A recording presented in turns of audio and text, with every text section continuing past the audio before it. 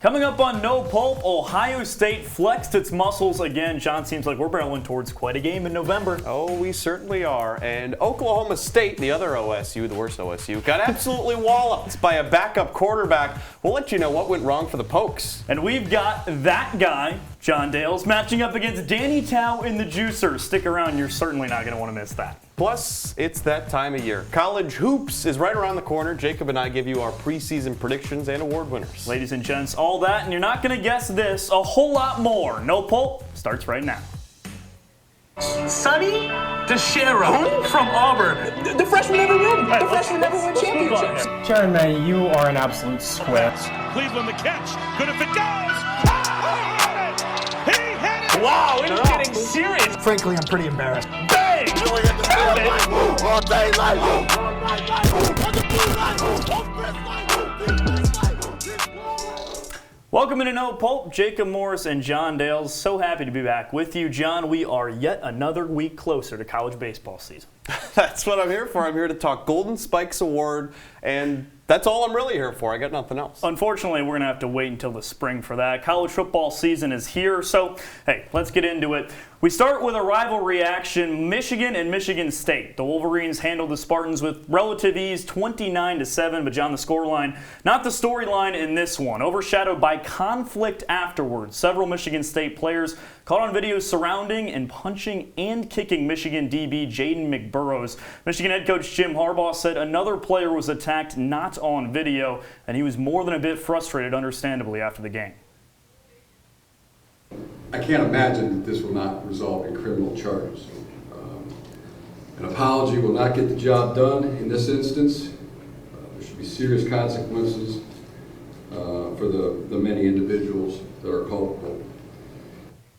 On the other sideline, Michigan State and Mel Tucker released this statement on Sunday. We are currently working with law enforcement, Michigan State, and Michigan campus leadership and the Big 10 Conference to further evaluate the events in Ann Arbor, including but not limited to additional student-athlete participation in the altercations and contributing factors. The initial student-athlete suspensions will remain in place until the investigations are completed.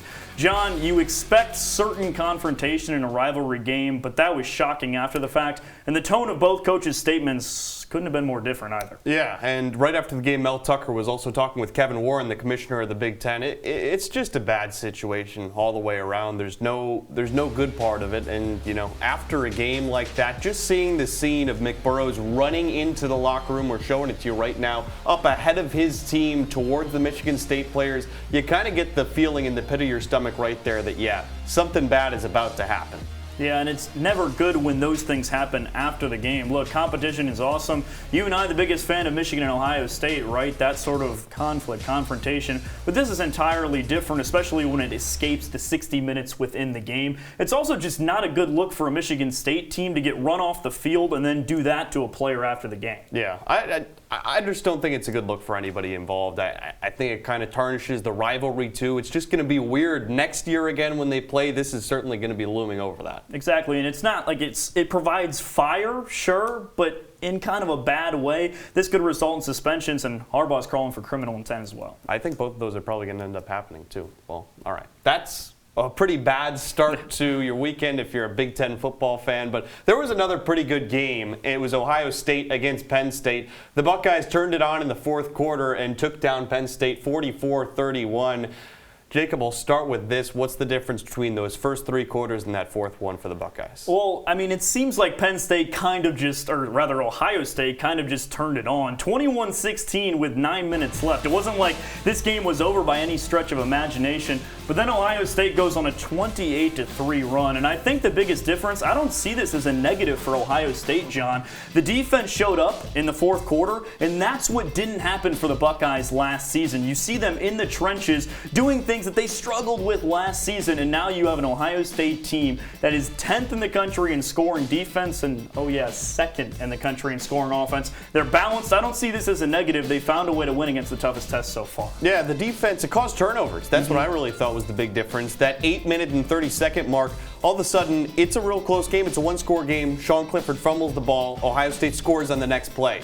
Penn State goes down the field, kicks a field goal. Ohio State scores a touchdown, then scores that defensive touchdown afterwards. Suddenly, this thing's out of hand. Yeah, and you all of a sudden, as if you didn't have it circled already, you really start to look forward to the last weekend in November now. And I think, again, the key fact for Ohio State as the Buckeyes start to prepare for a revenge game here against Michigan is this is a Penn State team that in the Big House gave up 400 yards rushing to Michigan. Ohio State, a whole lot more disciplined in the trenches they're going to have to be if they want to compete with Michigan. Yeah, we'll see what ends up happening. It's just different because I remember last year going into that Michigan game, that Ohio State-Michigan game, the whole thing was, well, Michigan lost to Michigan State and Ohio State whooped them, but obviously ended up being different on that last Saturday after Thanksgiving. Yeah, a bit of a different story. We'll see what happens this year. But now to the Big 12. And, John, if anybody on earth can predict what's going to happen in this conference, I'm going to call them a prophet. Because after Oklahoma State beat Texas Tech, took TCU down to the absolute wire, and then defeated Texas last week, the Cowboys waltzed into Manhattan, Kansas, and got eviscerated 48-0 to a backup quarterback. I'm going to ask you this. What went wrong for the Cowboys? I think the easy answer is everything, maybe? Yeah. That was actually my answer. I've written down. Everything went wrong. I think they also just ran into a buzzsaw that is the Kansas State Wildcats.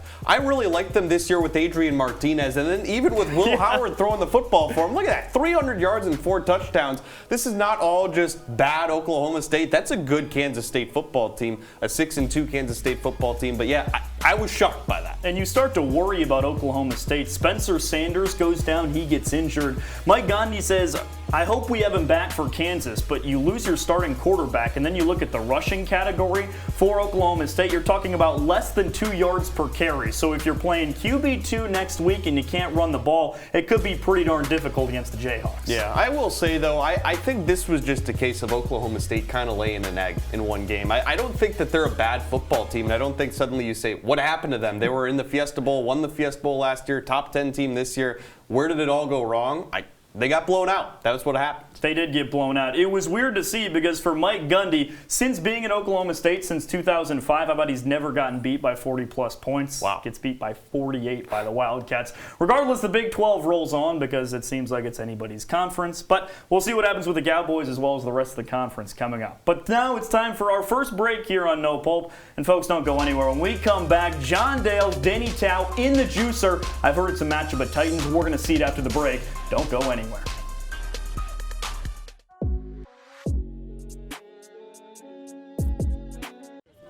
Leaving hot coals improperly extinguished can cause a wildfire. Hey guys, it's Smokey! It looks as if Smokey is going to use the drown, stir, drown and feel technique. After the first drown, a good stir. Next, another drink. And finally, a close feel. Is it cool? Okay. Yeah. Hey Smokey, catch! Oh, my bad, Smokey. Only you can prevent wildfires. Hey Bobo, do trees tell each other stories? I'm sorry. I'm afraid I don't know that. Hey, why don't we go find out? Listen. Do clouds take naps? I couldn't tell you. Dad, do stars visit their friends? Look!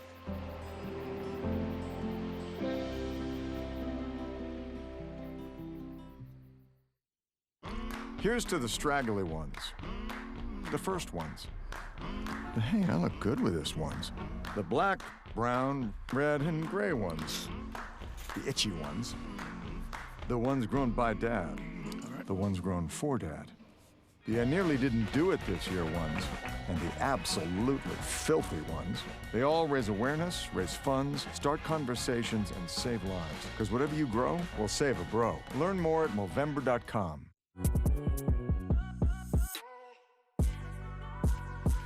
Welcome back to No Pulp. That's John Dales. I'm Jacob Morris, and now an oh-so-special guest. Danny Tao joins us in the juicer. And folks, we've got a matchup of the Titans on our hands here because John Dales, he does pretty well in the juicer. But Danny Tao, how about 1-0, matched up with Brad Klein and took care of business last year. Now he has an opportunity to go up against John Dales. And we're going spooky season. Halloween themed here in the juicer. John, I'll start with you. You look across the wide scope of college football. Who's got the scariest, the spookiest offense in the whole sport? There's one team in particular that has the scariest and my favorite word, the spookiest offense in college football. That would be your Ohio State Buckeyes. You just heard us talking about it during the last part of the show. They average 49 points a game. That is not an exaggeration. They score 49 points a game week in and week out. The best wide receiver in the country, Jackson Smith-Njigba, has been in and out of the lineup all year with injury. But it doesn't matter because who's after him in the lineup? You go Julian Fleming, Marvin Harrison Jr., Emeka Egbuka. All those guys would be the #1 wide receiver on 99.9% of other teams in the country. They follow him up. He also got 2 All-American offensive linemen, an All-American running back, and C.J. Stroud is throwing the football for you. Hey, that's not a bad lineup. It's okay. Yeah, the Buckeyes are fine. Danny, who you got? But look, Ohio State's pretty good, but we knew Ohio State would be good. The spookiest team is the one you didn't see coming, and that's the TCU Horned Frogs. No one saw them being this good early in the year, but they're 4th in the FBS in total offense, 3rd in the country in scoring. Max Duggan coming out of nowhere to dominate Big 12 defenses. Quentin Johnson, the best receiver in the Big 12. He looks like a first-round draft pick. These are players that are leading TCU to heights nobody expected. They're sneaking up on you. That's a pretty good team. I expected it. Yeah, you expected it, really? John Dale's actually had TCU as one of the best offenses in the entire country. But I'm going to point out one thing you said there. You say TCU's got a wide receiver that looks like a first-round pick. The Ohio State Buckeyes have 4 wide receivers that look like first-round picks. Point number 1 goes to John Dales, 1-0. You're in a bit of a hole. I have faith in you. I'm not pulling for you. I'm not pulling for him. I'm objective, but I've got faith in you. We move on now to the biggest masked costume. I'm not sure why we're calling it that, but we're calling it that. Biggest masked costume. That means fraud in college football. Danny, let's go to you.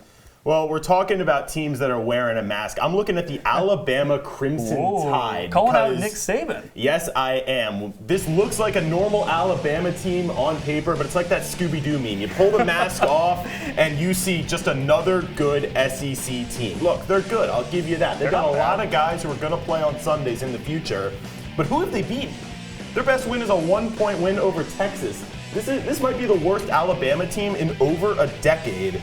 A past Alabama team with this kind of talent, they win that Tennessee game. Not this year. Those guys, they've got a mask on. They're frauds. Calling out Nick Saban, John. You got big shoes to fill there. He would have gotten away with it. It wasn't for that meddling Danny too. But you know what? I got the actual biggest fraud in the country, and that would be the Clemson Tigers. I'm shocked. It's true. The Clemson Tigers, you talk about who has Alabama beaten. Who's Clemson beaten? The ACC, I'm not afraid to say it. I've done the math. I've crunched the numbers. The ACC stinks. They don't play anybody. Needed a backup quarterback to beat Syracuse as a 13.5-point favorite at home. Who are the best teams that they've beaten? Syracuse, who's lost 2 in a row since then. Wake Forest, who just got run out of the building by Louisville, who's also bad. Take a look at it objectively from the top teams in the country. Your Tennessees, Ohio States, Michigans, all of them. What scares you about Clemson? Nothing.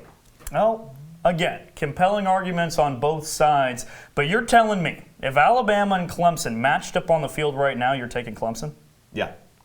He's lying to you, folks. He just is. So with that, John Dales goes up 2-0 in this spooky edition of the Juicer. But like anything spooky, anything scary, you're not going away. You're like Michael Myers. You're still coming. So now on to the third point. John Dales, I'm coming to you first. Who is the biggest demon on defense in college football? Oh, I'm going to somebody that Danny Tao just denigrated his entire team. How about Will Anderson? Look, this guy is the best edge rusher in the country. We knew that coming into the year, and that's why his numbers don't necessarily pop off the stat sheet, because every single team that he goes against also knows that. They understand that what he did last season was unbelievable, but yeah, 36 tackles, maybe not the best. 6 sacks is still pretty good, but it's not Will Anderson 2021 good. But a 6'4", 243-pound Will Anderson is hurtling towards you right now. Envision that in your head. You're telling me that's not scary? That's not a demon coming your way?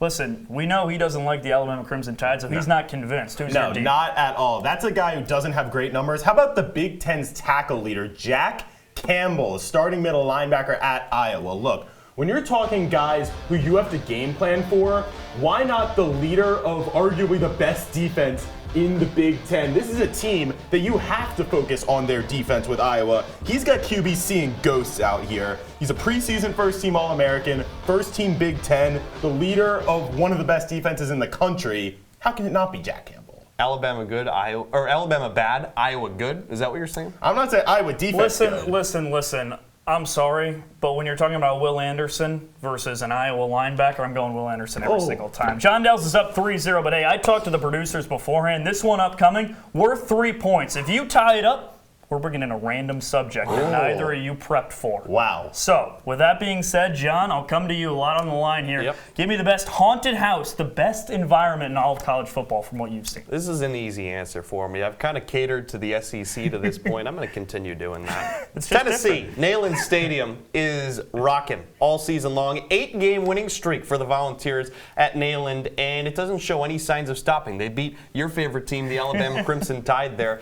They just know what to do. Every single week they go out, their offense puts on a show, and they know their identity. Nobody can really stop them right now. How about this past week? They just beat the brakes off a top 20 team in Kentucky. They never had a chance in that game, beat them 44-6. That's not bad. Who you got? Well, you want to talk about a haunted house. How about the biggest house of them all, the big house, Michigan Stadium? Look, this is a stadium that's seen 2 major incidents in 2 weeks. If that's not as haunted as it gets, I don't know what is. But look, the biggest stadium in the country, 107,000 strong, with an undefeated team. If that's not a tough place to play, as tough as anywhere in the country, then frankly, I don't know what is, especially when they haven't lost there with fans in the building since 2019. Not bad. It's spooky season. We mixed up the rules a little bit. The drama is stumbling. It's coming. You're getting my hopes up. And John Dales wins at 6-0. 3 points there. 6-0, yeah. Just like that. I mean, that was worth 3.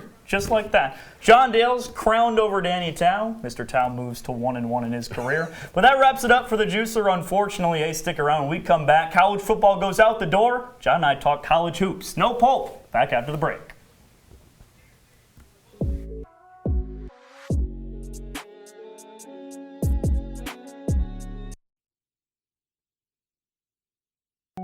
They told me a bottle couldn't dream. That I would never become a superhero.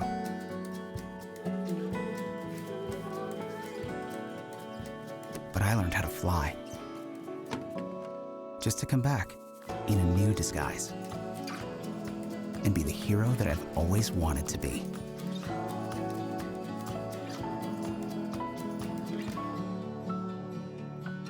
It's a beautiful day out here. Sunny today with light breezes, giving way to clouds in the afternoon. We could see some light precipitation to moderate precipitation later on, followed by powerful storm-like conditions. 90 miles per hour winds are expected. Authorities are asking everyone, stay indoors. Come on, that's it. Let's go.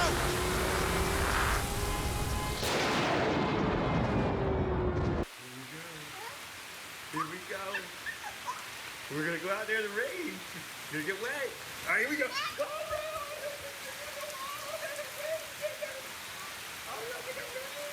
Okay, quick.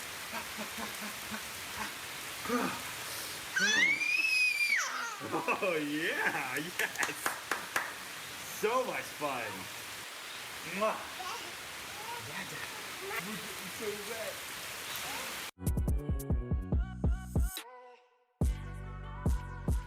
Welcome back into No Pulp. He's Jacob Morris. I'm still undefeated in the Juicer, but I go by John Dales for short. And the show rolls along now with college basketball. Feels weird to say it because we're still in the thick of college football season, but hoops tips off next week. Jacob, there's a lot of things that we can start with, but let's begin here. One team is going to be hoisting that lame-looking J.D. Power NCAA championship trophy come April. Who's it going to be on the men's side? That's a good description of the college basketball trophy, and I'll tell you who. It's going to be the Houston Cougars. Wow. How about that? Down in Texas, H-Town. Won 32 games without a preseason this year. First-team All-American in Marcus Sassler. Before he got injured, averaging 18 points per game. You bring back almost the rest of your starting crew as well for the Cougars, plus you add a 5-star recruiting class as well. Houston was tough last year. Elite 8, Final 4 in the last 2 years. Going to be good this year and going to get over the hump as well. I don't think anybody else is strong enough. Oh, I'm giving you somebody that's strong enough. Good answer. I'll give you a great answer. The North Carolina Tar Heels. You might forget the run they went on back in March. And, yeah, they got all the way to the national championship game, lost there. You said everybody that Houston brings back. How about everybody that North Carolina brings back? Baycott's back, Caleb Love's back, Leaky Black, RJ Davis. I can keep going. Brady Manick is the only guy who received playing time last season that actually left. And then also, how about the newcomers? Of the 3 recruits they bring in, 2 of them 4 stars. This team is legit. I think you're wrong, but what I will give you is Leaky Black is the best name in all of college basketball, so do with that what you will. But let's flip it over to the women's side. Last year, South Carolina took home the crown. Who gets it done this year in March and April? I like the Trees. I like Stanford because they are tall. That's all you really need to know. They're tall. Analysis. Yeah. Head coach Tara Vanderveer, she said at the preseason media op, she goes, if nothing else this season, we're going to be big. And it's true. They have a 6'1" primary point guard named Haley Jones, who's a preseason All-American. Last year's Pac-12 Defensive Player of the Year. 6'4" Cameron Brink. She's the small forward on this team. They can run a group of 5 that is all above 6 foot, and they probably will. Well, I'm going to tell you why you're wrong for 2 reasons. The first is the Stanford mascot just got suspended for the rest of the football season by the Stanford band. He wore a shirt saying Stanford hates fun. Somehow, some way that applies to the women's basketball team. But for real analysis, I'm going South Carolina. It's the easy pick, just like you did with North Carolina. But this is a team that went 36-2 last year, was #1 wire to wire. And oh yeah, you bring back 4 of 5 starters. The only one that really matters though, Aaliyah Boston, consensus National Player of the Year last year. She holds 21 program records. That's good, by the way, John. Averaged 17-17 in the NCAA tournament. Aaliyah Boston, big down low as well. Stanford will have to deal with her. I'm going with the Gamecocks. 21 school records. That is pretty good. All right, let's transition over individual awards. We might just hear some of the names we just mentioned. Men's Player of the Year, let's start with it. Oscar Tshiebwe took it home last season. Who's doing so this year? I have a feeling, just something is telling me, that you're going to go the easy answer here and just say Oscar Tshiebwe. I'm going to tell you why. It's Drew Timme from Gonzaga. Last year, this guy was right there with Tshiebwe for National Player of the Year. And oh yeah, he had to deal with a top 3 pick in Chet Holmgren as well. 18.4 points per game, 6 rebounds, again while dealing with number 34 out there on the perimeter on your screen. He goes top 3 in the draft, and back comes Drew Timme. Hey, in an anonymous poll after the season, coaches were surveyed across the country. Guess who won National Player of the Year? Was it Drew Timme? By anonymous coaches' votes. So I'm going with that. Preseason National Player of the Year as well. Give me Drew Timme. You know what? I hate it when you're saying you had to deal with that talented teammate. It's really hard when you have to deal with talent like that. It's kind of like this segment here. Too much talent at this wall. I'm giving you the actual answer, and it is Oscar Tshiebwe. You know, crucify me if you must for saying that. But this guy's unbelievable. Look at the stats that he put up last year. 15.1 rebounds per game. That led the nation. My favorite box score, and there's a lot of good box scores that Oscar Tshiebwe put up. That NCAA tournament loss to St. Peter's. It was like, what more can he do that this team needs? He had 30 points, went 8 of 12 from the free throw line, and had 16 rebounds, which again is only 1 beyond his average. Well, I like my National Player of the Years to beat St. Peter's, but fine, we'll disagree again. Flip to the other side, give me Player of the Year on the women's side. Easy answer. I'm surprised you didn't take this answer. I've got a reason why. Caitlin Clark. Look, Jacob Morris has led the Caitlin Clark fan club for quite some time right now, and for good reason. I mean, she was unbelievable last year. She was the unanimous Big Ten Player of the Year. I think she might have gotten robbed of National Player of the Year. Led the country in points per game, assists, triple-double, 30-point games.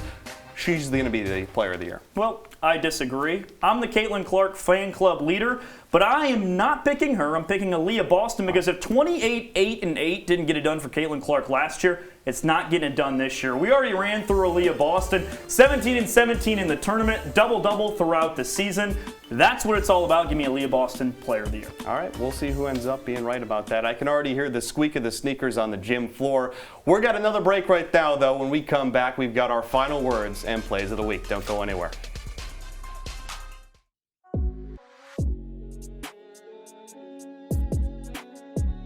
Hey, Bobo, do trees tell each other stories? I'm sorry. I'm afraid I don't know that. Hey, why don't we go find out? Listen. Can birds draw pictures? I don't have an answer for that. Dad, do stars visit their friends? Look!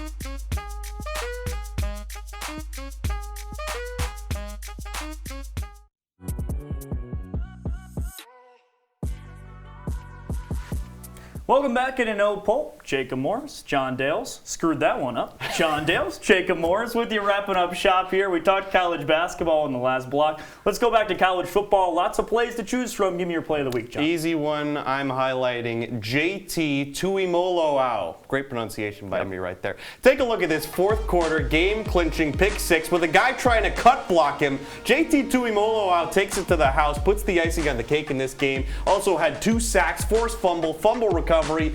Unbelievable performance from the Ohio State linebacker. Not bad. I would say that is unbelievable. For me, I go to the Georgia Bulldogs and the second best tight end in all of college football. Listen, it's not Brock Bowers' fault that he's not Michael Mayer, but check out this play against Florida. Tip off the DB, off Bowers' back, grabs it and goes all the way for the score. Georgia rolled in that one. Brock Bowers might not be quite on the level of Michael Mayer, but he's pretty darn good as shown by that play right there. But all right, now it's time for your spookiest favorite segment of the week. It's time for the No Pulp Game of the Week.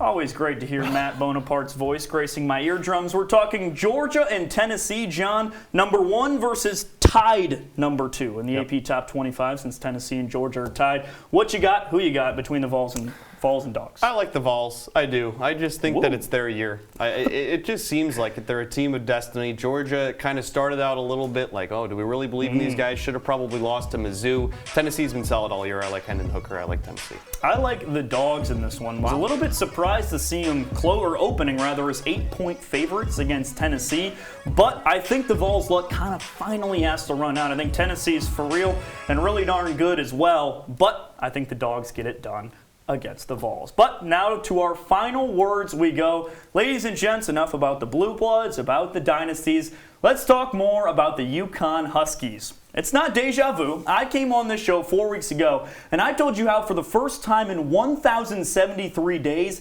Connecticut got a win over an FBS opponent. Well, all America's UConn Huskies have done since that wonderful day is win football games. With the exception of a super small blemish on the resume against a darn good Ball State team, Connecticut is now 3-1 in its last 4 and fresh off a 13-3 victory over Boston College.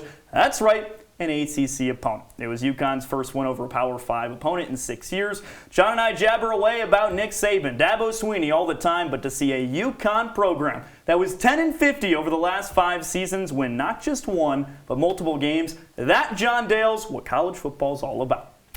The Huskies are indeed howling. Good choice for that one, JMO. Well, I've always fought for what I believe in, and as long as I'm on this show, that's never going to change. As you may remember, I came on this program, and in this setting, that means picking up my broom to fight against the tide of an expanded playoff. I love college football, and guess what? That includes regular season college football, games that mean a lot, like number 1 Georgia and number 2 Tennessee this weekend. 2 teams with a ton on the line, major playoff implications, not just for them. And when you triple the size of the playoff, like we know is coming, games like this don't mean as much anymore. Everything's not on the line. So sure, the new playoff's going to give us a lot of fun January matchups, but we already have that. And suddenly, when there's no meaningful games left in September, October, November, don't come crying to me, because I tried to warn you. You did try to warn America, John Dales. You're not with the Oregon Ducks to another shot at Georgia, though? No, I don't want that. Nobody wants that. All right, that's a bit ridiculous. Well, coming up, Georgia, Tennessee, number 1 versus number 2. But that's all the time we have on No Pulp. For John Dales, I'm Jacob Morris. Thanks so much for spending your evening with us.